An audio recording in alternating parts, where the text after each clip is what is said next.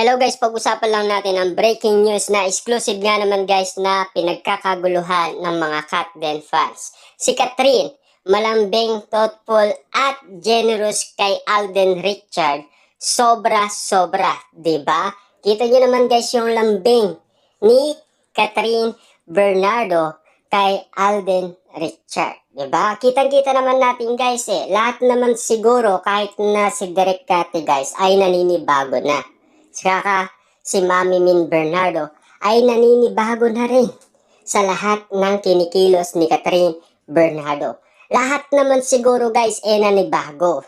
Kasi lahat ng mga Katniel fans, mga Katden fans ay nanibago umano sa lahat ng kinikilos ni Catherine Bernardo na kitang-kita yung lambing at yung thoughtful at yung generous. Kitang-kita nila kung papaano ina-apply ni Catherine Bernardo kay Alden Richard. Ibig bang sabihin nito, yung lambing na yun, talagang masasabi ba natin na kilos magjowa na? Diba? Kasi ba, nararamdaman na ng lahat ng tao ang ganitong kiligan? Kasi tinatamaan ba sila? Tumatagos kasi hanggang puso, lalo-lalo na kasi guys, tumatatak sa kanilang isipan. Lalo-lalo na guys, tinamaan din si Derek Cate. Bakit? Ayon kasi sa kanya guys, merong pagbabago na kitang-kita niya na ginagawa ni Catherine Bernardo. Lalo-lalo na guys, yung lambing, grabe. Yung kilig guys sa isa't isa, hindi na umano may iwasan yan. Diba? Lalo-lalo na guys, ang karamihan kasi kitang-kita naman kung papaano ina-apply ni na Alden Richard at Catherine Bernardo sa isa't isa. Lalong-lalo na guys, marami ang kinikilig, marami kasi guys ang nakakapansin sa ginagawa nila. Grabe, spotted at exclusive nga naman guys na pinag-uusapan yan sa social media.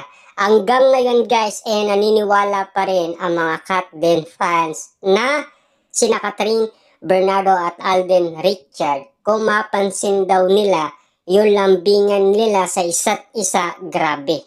Kasi yung iba na yung nakikita nila kay Catherine Bernardo na hindi na nila pwede pang makita yon kay Daniel Padilla. Kasi iba na yung pinaparanas ngayon ni Catherine Bernardo guys na ina-apply umano kay Alden Richard. Kasi alam naman natin, may pagkakaiba yung dati saka yung ngayon. Little Catherine yung dati guys kasi wala pa daw siyang maintindihan patungkol umano sa pag-ibig. Na ngayon, niya lang naiintindihan. Grabe guys minahal mo si Daniel Padilla nang wala kang naiintindihan sa pag-ibig. Pero ngayon, meron na siyang naiintindihan. Kaya nga naman guys ina-apply niya na yung naiintindihan niya na pag-ibig. Lalong-lalo na yung lambing, thoughtful, generous. Grabe guys, no? Kahit na sino, nagtataka, nagugulat. Kaya nga naman guys, no? Lahat ng mga katanungan ay nagugulat din tayo. Nasashock din tayo sa mga katanungan kina Catherine Bernardo at Alden Richard. Naani mo guys, kahit na yes or no lang, ay hindi pa nila may sagot ng tama. Kasi kitang-kita naman natin guys na talagang dinideny nila ang ganon sitwasyon. Kasi alam naman ng karamihan na solid na liligaw si Alden Richard kay Catherine Bernardo. Hindi na may tatago yan guys Kasi galing mismo yan sa kampo ni Catherine Bernardo.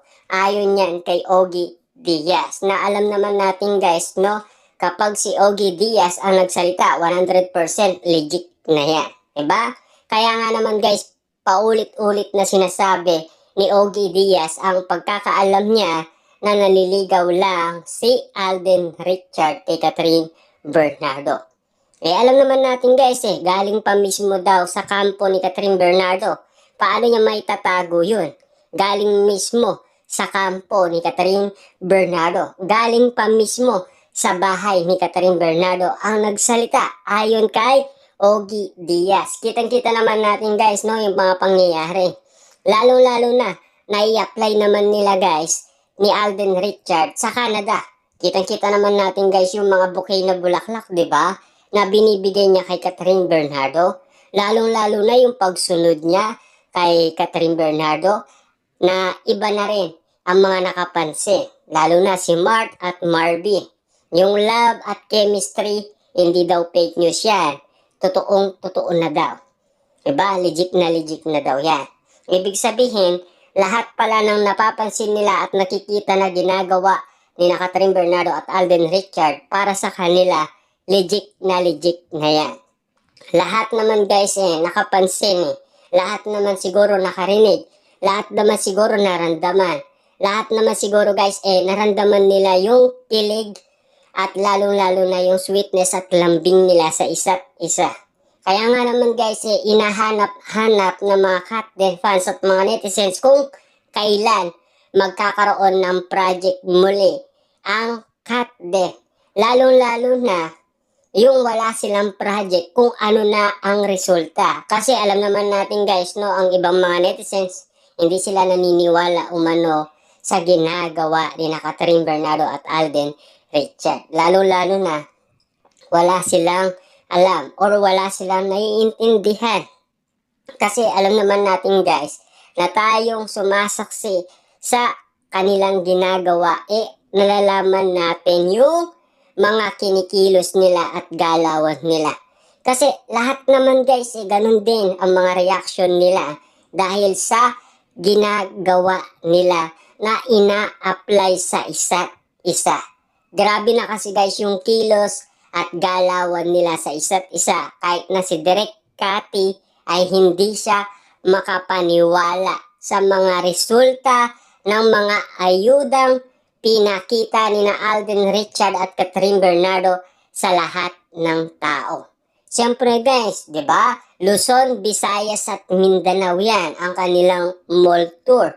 Di ba? Lahat guys napansin nila ang kiligan, lalong-lalo na yung pag-a-apply nila sa isa't isa, yung lambing, yung sweetness. Kakaiba man guys sa pandinig ng marami, at least naiintindihan nila kung ano ang ibig sabihin ng ginagawa ni Catherine Bernardo at Alden Richard.